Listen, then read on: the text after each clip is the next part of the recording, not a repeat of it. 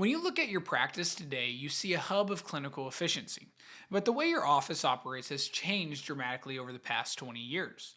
The paper charts and darkroom x rays are mostly gone, replaced by digital systems that are far faster and more precise. That precision, however, comes with a trade off. Your practice now stores large amounts of sensitive patient data, and that makes it a target. The question now is, do you understand this digital shift and how it affects your liability, and is your practice protected? Well, that's exactly what we'll cover in today's video.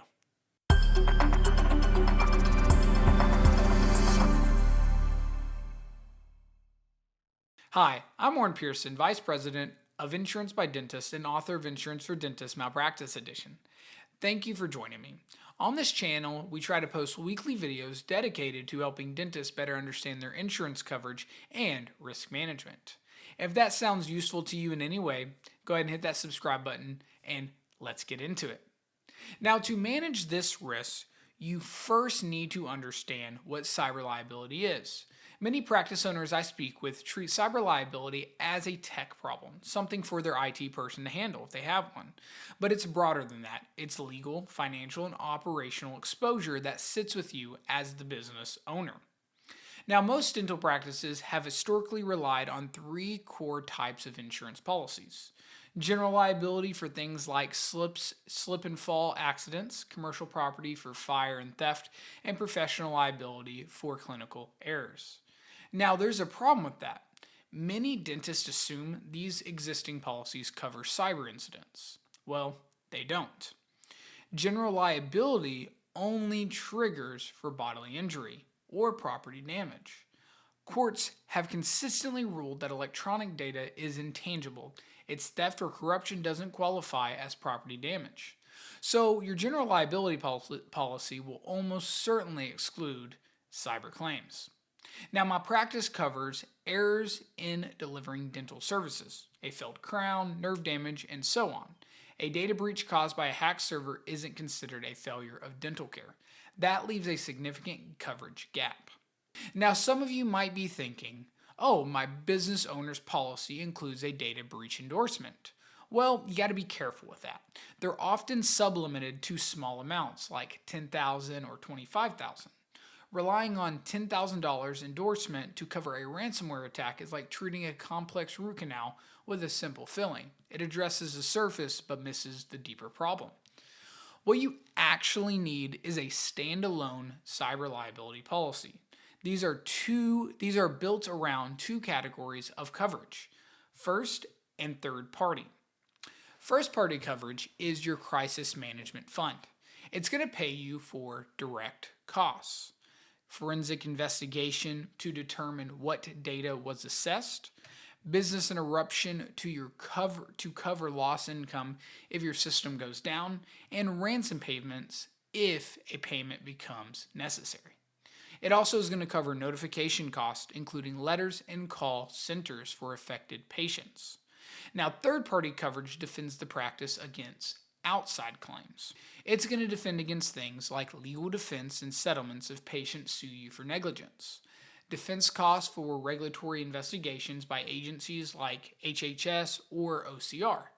One important nuance you should understand is many dentists assume that if their data is hosted by a cloud provider or IT vendor, the liability shifts to that vendor. That's not how this works. Under HIPAA, you are the covered entity. If your vendor gets breached, you're still responsible for notifying your patients. You might be able to pursue the vendor later, but the immediate regulatory and reputational burden falls on your shoulders. Now that we understand the insurance side, let's now look at what you're actually defending against. The cyber threat landscape is constantly evolving, and for dental practices in 2025 and 2026, the threats are driven almost entirely by financial motives. Attackers are exploiting both technical vulnerabilities in your software and the human judgment of your staff. Three types of cyber attacks dominate the industry. The first one is ransomware. This is the most serious. It's evolved well beyond simply locking your screen. Today's attackers use what's called double extortion. Before they encrypt your files, they quietly steal your patient data. Then they lock your system. Then they demand two ransoms, one to unlock your files and another to prevent them from publishing your patient records online. This matters because even if you have perfect backups and can restore everything without paying, they still hold your patient data. That alone triggers a reportable HIPAA breach. Phishing targets your people rather than your systems. It remains the most efficient way for attackers to get past technical defenses. In dental practices, these attacks often look like an urgent email from a supplier claiming an overdue invoice, or a message from a new patient with x-ray attachments that are actually malware. With generative AI, these emails no longer have the spelling errors or awkward phrasing that used to give them away.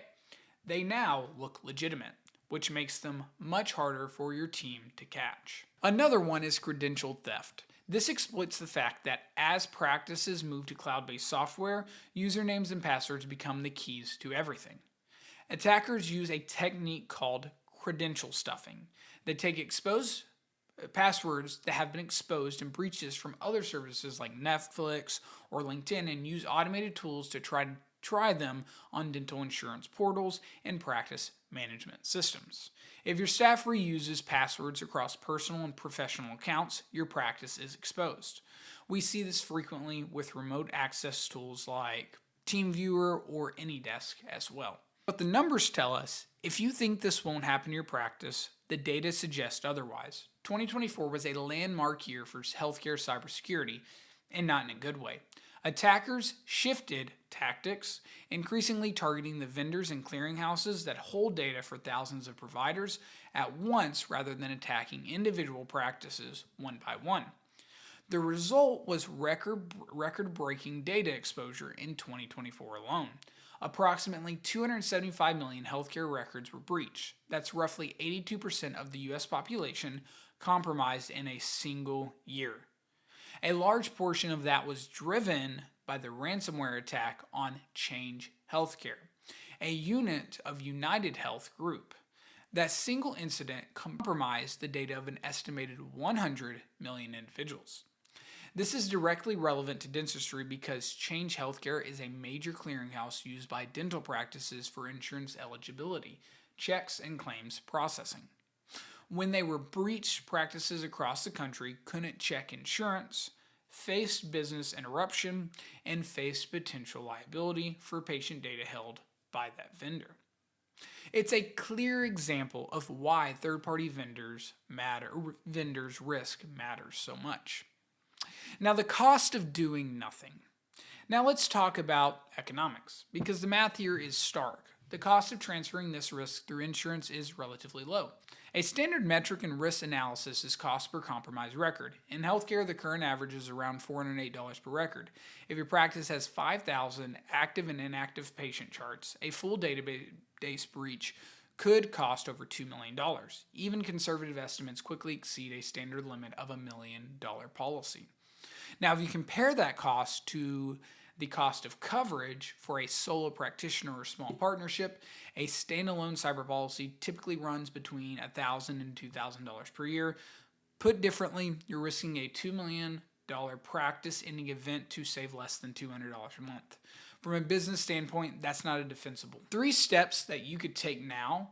Insurance providers a critical backstop, but it can't restore patient trust or undo the stress of a regulatory investigation. Prevention has to come first. Based on the current threat landscape, there are 3 things you should implement immediately in your practice. The first one is multi-factor authentication. If you do one thing after watching this video, make it this. As we discussed, credential theft is a leading cause of breaches.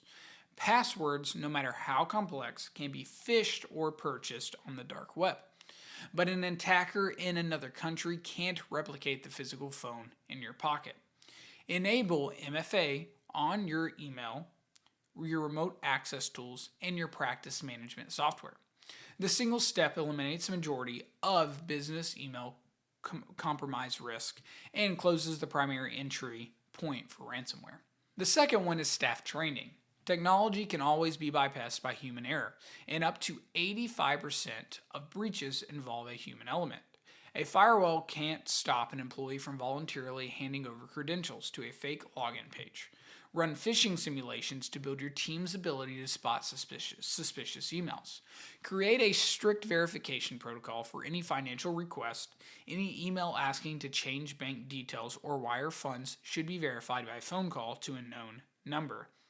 Third, immutable offsite backups. Now follow the 3-2-1 rule. 3 copies of your data on 2 different media types with 1 copy stored off-site. The key word is immutable. Modern ransomware is designed to find and delete your local backups before encrypting your main files. Immutable backups can't be modified or deleted for a set period, even by someone with full administrative access. This guarantees you have a recovery path without paying a ransom fee. Cyber liability isn't just a tech problem for your IT people. It's a legal, financial, and operational exposure that falls on you as the business owner, as the CSO. So I hope this breakdown has helped clarify the risk and the steps you can take to protect your practice. That's going to wrap it up. Thanks for watching. If you found this video helpful, hit the like button, subscribe so you don't miss future videos on risk management for dentists. I'm Warren Pearson, and I'll see you in the next one.